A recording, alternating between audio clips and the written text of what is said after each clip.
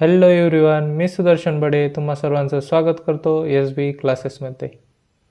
तर विद्यार्थी मित्रांनो, आपण लास्ट लेक्चरमध्ये प्रॅक्टिस सेट 1.5 मधील क्वेश्चन 1 आणि क्वेश्चन 2 सॉल्व केले. या लेक्चरमध्ये आपण राहिलेले एक्झाम्पल्स पाहणार आहोत. Question 3. The sum of father's age and twice the age of his son is 70. If we double the age of the father and add it to the age of his son, the sum is 95. Find their present ages. तर विद्यार्थी मित्रांनो, question 3 मध्ये काय सांगितलंय ते व्यवस्थित समजून घ्या. वडिलाचं वय दिलंय आणि त्याच्या मुलाच्या वयाची दुप्पट केली आहे. तर त्या दोघांच्या वयाची बेरीज ही 70 येते. आणि सेकंड कंडिशननुसार काय सांगितलंय, जर आपण त्याच्या वडिलाच्या वयाची दुप्पट घेतली, डबल केली, आणि ती जर आपण त्या मुलाच्या वयात ॲड केली तर आपल्याला त्याची सम 95 मिळते. आता हा क्वेश्चन खूप सोपा आहे, त्यामुळे मी फक्त हिंट दिली तुम्हाला. हिंटमध्ये तुम्ही सुरुवातीला फर्स्ट स्टेपमध्ये काय करणार, अज्युम करणार वडिलाचं वय x, मुलाचं वय y, दोन्हीपैकी काही पण अज्युम करू शकता तुम्ही. आणि फर्स्ट कंडिशननुसार आपलं इक्वेशन काय बनणार, आता इथं मी x म्हणजे वडिलाचं वय मांडलं आहे फर्स्ट कंडिशननुसार, आणि twice of the son's age म्हणजे मुलाच्या वयाची दुप्पट, त्यांची बेरीज किती आली, 70. जर आपण वडिलाचं वय दुप्पट केलं आणि त्यात मुलाचं वय ॲड केलं तर बेरीज येते 95.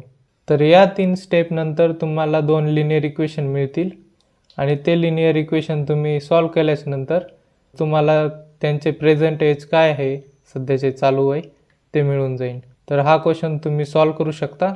तर क्वेश्चन 3 तुमच्यासाठी होमवर्क. नेक्स्ट क्वेश्चन आपल्याकडे काय आहे, क्वेश्चन 4. तर क्वेश्चन 4 समजून घ्या. The denominator of a fraction is 4 more than twice its numerator. Denominator becomes 12 times the numerator if the numerator and its denominator are reduced by 6. Find the fraction. तर विद्यार्थी मित्रांनो, question 4 हा आपण step by step समजून घेऊया.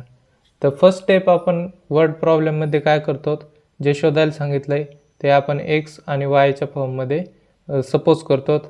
तर first स्टेपमध्ये आपण लिहून घेऊया, let the numerator of a fraction be x. न्यूमरेटरला आपण x मानलं आहे and the denominator be y. तर ही आपली झाली फर्स्ट स्टेप. नेक्स्ट स्टेपमध्ये आपण काय करतो, कंडिशन 1. आता कंडिशन 1 नुसार आपण क्वेश्चन समजून घेऊया. क्वेश्चन तुम्हाला स्टेपनुसार समजून सांगतो. आता कंडिशन 1 काय आहे आपली, डिनॉमिनेटर म्हणजे y तो न्यूमरेटरच्या दुपटीच्या 4ने जास्त आहे. आपण न्यूमरेटरची दुप्पट घेतली तर ट्वाइस इट्स न्यूमरेटर आणि त्याच्या दुपटीच्या 4ने जास्त आहे, आणि त्याला आपण जनरल फॉर्ममध्ये मांडल्यानंतर आपल्याला इक्वेशन 1 मिळाली. तर इक्वेशन 1 काय आहे, 2x minus y is equal to -4. ही झाली आपली इक्वेशन 1. तर इथं सेकंड कंडिशन पाहून घ्या. सेकंड कंडिशननुसार आपलं इक्वेशन काय बनतं आहे, आता डिनॉमिनेटर बिकम 12 टाइम्स न्यूमरेटर म्हणजे आपला डिनॉमिनेटर जो दिलेला आहे y हा 12 पटीने मोठा होतो न्यूमरेटरच्या. कधी होतो, जर न्यूमरेटर आणि डिनॉमिनेटर यांना 6 ने कमी केलं तर. पुन्हा एकदा ऐकून घ्या, आपला डिनॉमिनेटर म्हणजे y हा 12 पटीने न्यूमरेटरपेक्षा मोठा होतो. कधी होतो, जर न्यूमरेटर आणि डिनॉमिनेटरमधून आपण 6 वजा केले तर हे इक्वेशन आपल्याला कंडिशननुसार मिळाले. पण आपण त्याला आहे तसे वापरू शकतो का, नाही. आपल्याला त्याला सिम्प्लिफाय करून जनरल फॉर्मनुसार मांडणी करून घ्यावी लागणार. तर मग मी इथे काय केलं, 12ने हे ब्रॅकेट मल्टिप्लाय केले आणि हे 6 राईट साईडला घेऊन गेलो.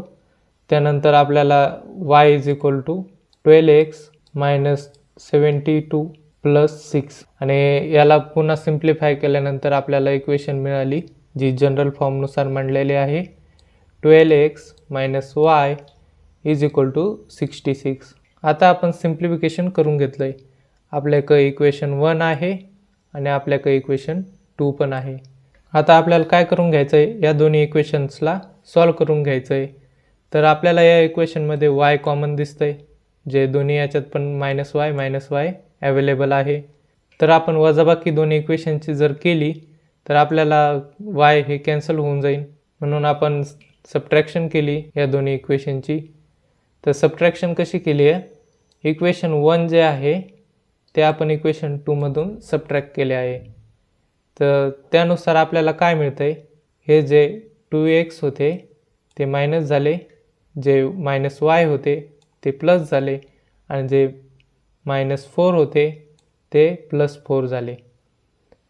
तर +y आणि -y कॅन्सल आउट झाले, आणि -2 हे 12x मधून सबट्रॅक्ट झाल्यानंतर आपल्याला 10x = 70x मिळतात.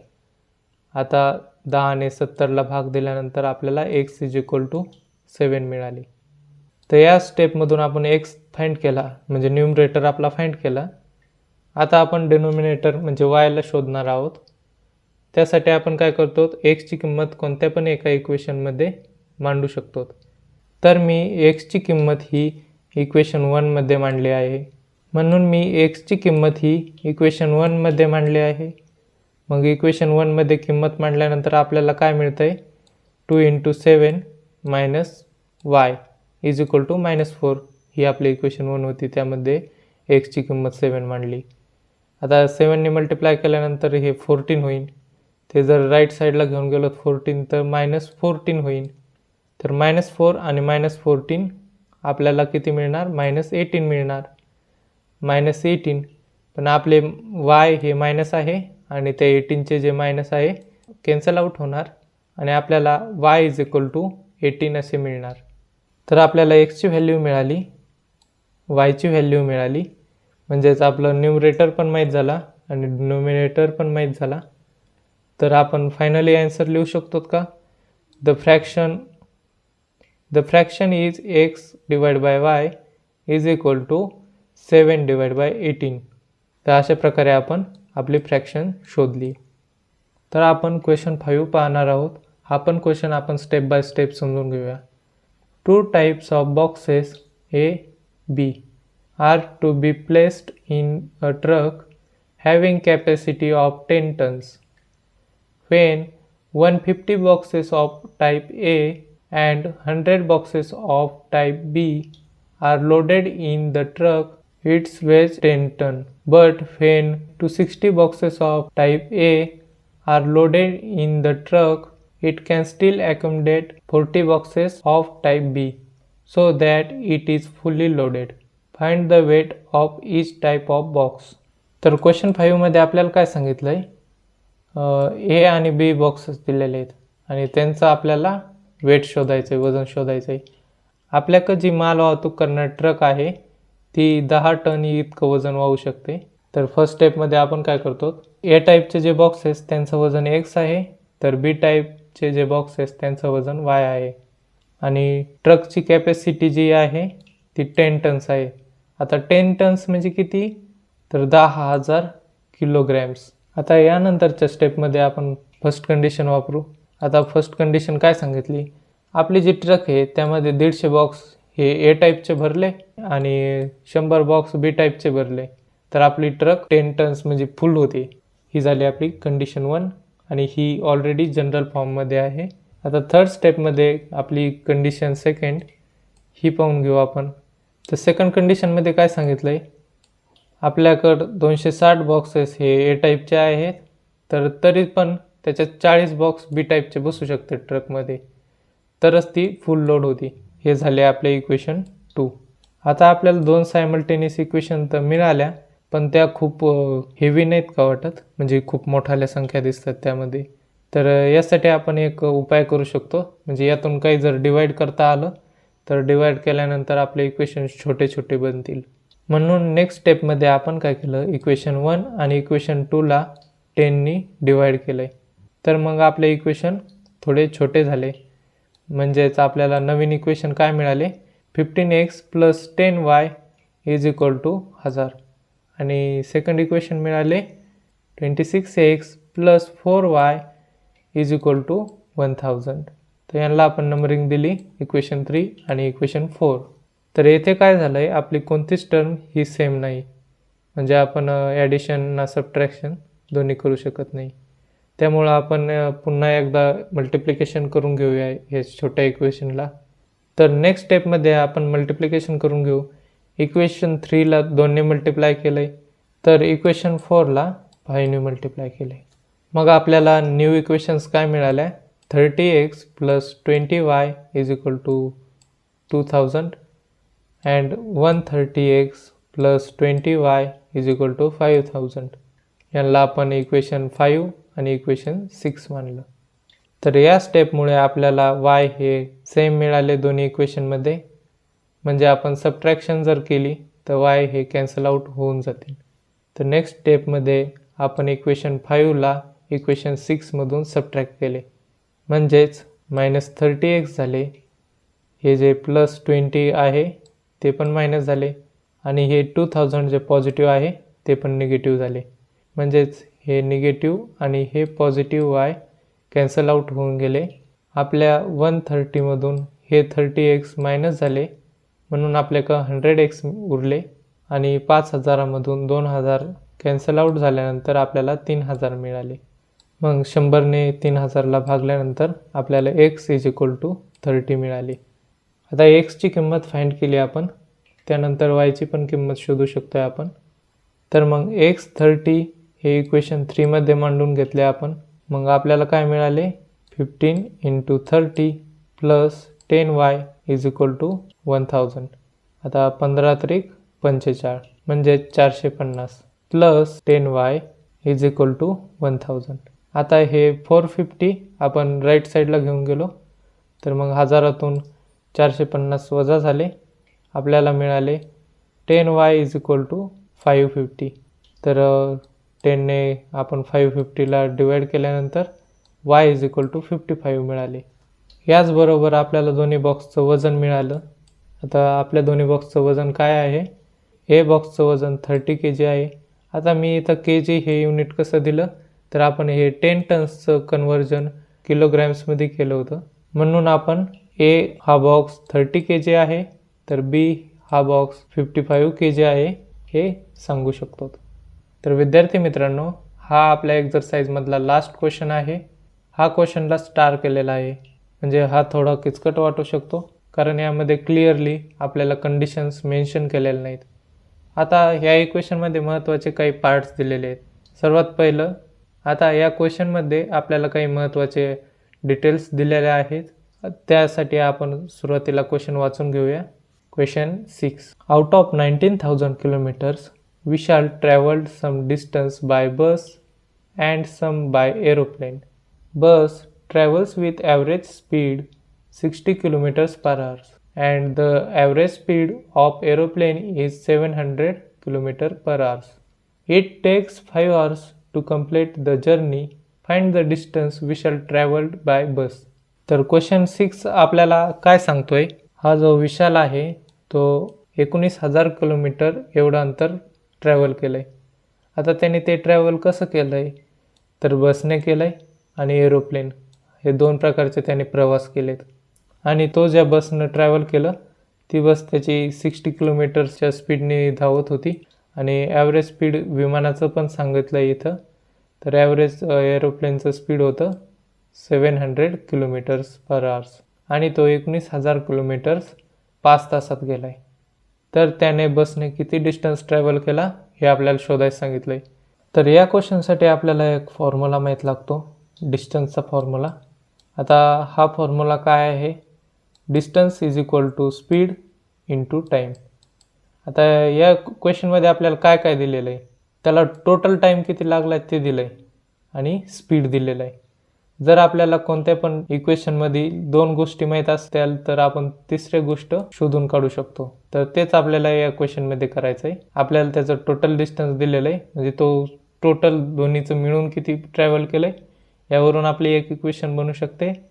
तर तो किती वेळ ट्रॅव्हल केला आहे यावरून एक इक्वेशन बनू शकते. आता तुम्हाला येथे एक डायग्राम दिसत असेल आणि या डायग्राममध्ये मी हाच क्वेश्चन समजून सांगायचा प्रयत्न केला आहे. तर हा स्टार म्हणजे आपला विशाल समजा, आणि काय केलं त्यांनी? बस पकडली या सर आणि बसने काही डिस्टन्स ट्रॅव्हल केला. तर त्याला बसने ट्रॅव्हल करायला जे वेळ लागली तिला समजा आपण 1 समजलं आणि त्यानंतर त्याने काय केलं, एरोप्लेन पकडलं आणि त्याने काही वेळ विमानामध्ये प्रवास केला. तर असं त्याने टोटल डिस्टन्स 19,000 ट्रॅव्हल केलं आहे, काही बसने तर काही विमानाने. म्हणजेच त्याचा काही वेळ बसमध्ये गेला असेल तर काही वेळ हा विमानात ट्रॅव्हल करायला गेला असेल आणि टोटल त्याला वेळ लागला आहे 5 तास. तर चला आपण स्टेप बाय स्टेप हे एक्झाम्पल मांडून घेऊया. हा आहे आपला क्वेश्चन 6. आता फर्स्ट स्टेपमध्ये आपण काय करून घेणार, त्यानं बसने किती वेळ ट्रॅव्हल केलं आहे त्याला आपण एक्स मानूया आणि जेवढा ट्रॅव्हल त्याने विमानाने केला आहे त्याला वाय मानून घेऊया. तर यासाठी तुम्हाला डिस्टन्सचा फॉर्म्युला माहीत लागतो, distance is equal to speed into time. मग नेक्स्ट स्टेपमध्ये आपण काय करणार, गिवन लिहून घेऊया या क्वेश्चनमध्ये काय काय दिलं आहे.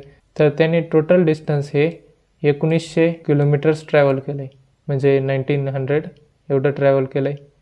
आणि त्याने तेवढी जर्नी त्याची किती वेळात पूर्ण केली आहे, 5 तासात पूर्ण केली आहे. टोटल टाईम त्याला 5 तास लागले तेवढं ट्रॅव्हल करायसाठी 1900 किलोमीटर्स. तर त्यामध्ये त्याने बसने 60च्या स्पीडने प्रवास केला आहे, म्हणजे त्याला काही वेळ बसमध्ये लागला असेल. म्हणजे आपल्या बसचं स्पीड आहे आणि टाईम माहिती एक्स, आणि विमानाचा स्पीड होता 700 किलोमीटर पर आवर्स. म्हणजेच त्याला विमानातल्या प्रवासासाठी सुद्धा काही वेळ लागला आहे, म्हणजेच वाय. म्हणजे आपण विमानाचा स्पीड आणि टाईम कॅल्क्युलेट करून त्यांचं डिस्टन्स सांगू शकतो. मग हिअर आपण काय केलं आहे, डिस्टन्स ट्रॅव्हल्ड बाय बस स्पीड इंटू टाईम आपला फॉर्म्युला होता. त्यानुसार 60 किलोमीटर हे स्पीड होतं बसचं, तर त्याने एक्स इतका वेळ बसमध्ये राहिला तो, म्हणजे बसने त्याने 60x एवढं डिस्टन्स ट्रॅव्हल केलं आहे.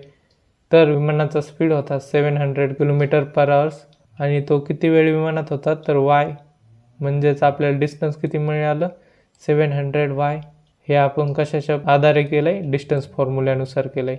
म्हणजे आपण स्पीड आणि त्याच्या वेळेची गुणाकार घेतला आहे तर आपल्याला डिस्टन्स मिळाले दोन्हीचे. नेक्स्ट स्टेपमध्ये आपण फर्स्ट कंडिशन मांडून घेतली. आता फर्स्ट कंडिशन कशी आहे, काही वेळ त्यानं बसने प्रवास केला आणि काही वेळ त्यानं विमानाने प्रवास केला. त्याने टोटल प्रवास 5 तासात पूर्ण केला आहे. क्वेश्चनमध्ये तुम्ही पाहू शकता त्याने टोटल प्रवास 5 तासात पूर्ण केला आहे. हे झाले आपले इक्वेशन 1. नेक्स्ट कंडिशननुसार इक्वेशन 2 तयार होते. आता इक्वेशन 2 कसे बनणार, तर आपल्याकडे 1900 किलोमीटर एवढा विशालने ट्रॅव्हल केलं आहे हे माहिती आहे. म्हणजेच 1900 त्याने बसने काही आणि विमानाने काही मिळून ट्रॅव्हल केलं आहे. तर बस हे 60x आपण आत्ताच शोधून काढलं, तर विमानाने 700y एवढं अंतर ट्रॅव्हल केलं आहे. म्हणजेच त्याने 60x प्लस 700y एवढं बसने आणि विमानाने डिस्टन्स ट्रॅव्हल केलं आहे. तर टोटल डिस्टन्स 1900 एवढं ट्रॅव्हल केलं आहे. ही झाली आपली इक्वेशन 2. आता व्यवस्थित जर ऑब्झर्व केलं तर या दोन्ही इक्वेशनमध्ये पण आपल्याला कॉमन टर्म काही भेटत नाही. म्हणून आपण काय करणार, इक्वेशन 1 आणि इक्वेशन 2मध्ये काहीतरी कॉमन तयार करायसाठी सिम्प्लिफिकेशन करणार. आता या दोन्ही इक्वेशनला काहीतरी मल्टिप्लाय किंवा डिवाइड करून आपल्याला एक कॉमन टर्म तयार करावी लागणार. नेक्स्ट स्टेपमध्ये आपण काय केलं आहे, इक्वेशन 2 जे आहे ना त्याला 10ने डिवाइड केलं आहे आणि इक्वेशन 1ला काय केलं तर 6ने मल्टिप्लाय केलं आहे. इक्वेशन 2ला डिवाइड केलं तर इक्वेशन 1ला आपण 6ने मल्टिप्लाय केलेलं आहे. म्हणजेच आपल्याला 2 नवीन इक्वेशन मिळाले. 6x plus 70y is equal to 190 आणि 6x plus 6y is equal to 30. हे आपले झाले इक्वेशन 3 आणि इक्वेशन 4. यामध्ये 6x हे कॉमन आहे दोन्ही पण इक्वेशनमध्ये. मग आपण सिम्प्लिफिकेशन करून घेऊया. आपण काय केलं, सबट्रॅक्शन मेथड यूज केलं आहे. तर इक्वेशन 4 हे इक्वेशन 3मधून सबट्रॅक्ट करून घेतलं आपण. मग आपल्या इक्वेशन जे 4 होते त्यामधले 6 जे पॉझिटिव्ह 6 होते ते निगेटिव्ह झाले आणि जे पॉझिटिव्ह 6y होते ते निगेटिव्ह झाले. जे पॉझिटिव्ह 30 होते ते पण निगेटिव्ह झाले. सगळ्यांचा चिन्ह बदल झाल्यानंतर आपण सिम्प्लिफिकेशन करून घेऊ. 6x आणि 6x कॅन्सल आउट झाले कारण पॉझिटिव्ह निगेटिव्ह आहेत. आता 70मधून 6 गेले तर आपले 64y एवढे y उरले आहेत. त्याचबरोबर 190मधून आपले 160 इतके उरले आहेत. तर येथे आपण थोडं सिम्प्लिफिकेशन करून घेऊ.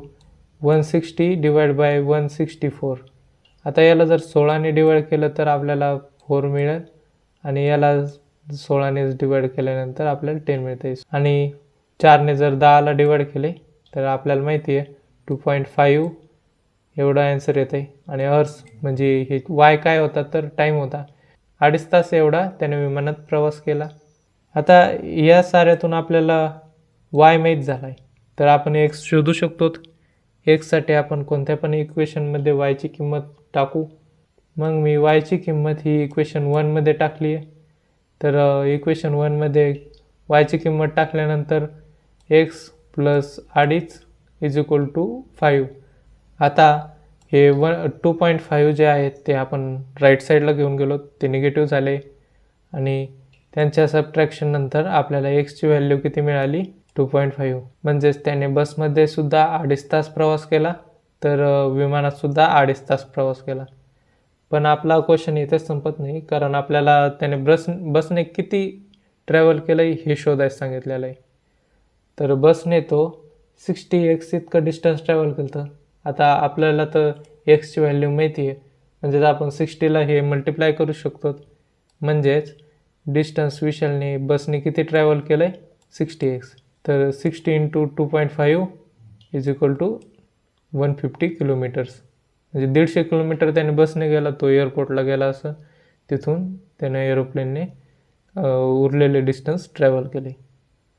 अशा प्रकारे आपले फायनल आन्सर मिळाले. तर विद्यार्थी मित्रांनो नेक्स्ट लेक्चरमध्ये आपण प्रॉब्लेम सेट पाहणार आहोत. या लेक्चरमध्ये एवढेच. तुम्हाला व्हिडिओ आवडला असेल तर लाईक करा, सबस्क्राईब करा. थँक्यू. बाय.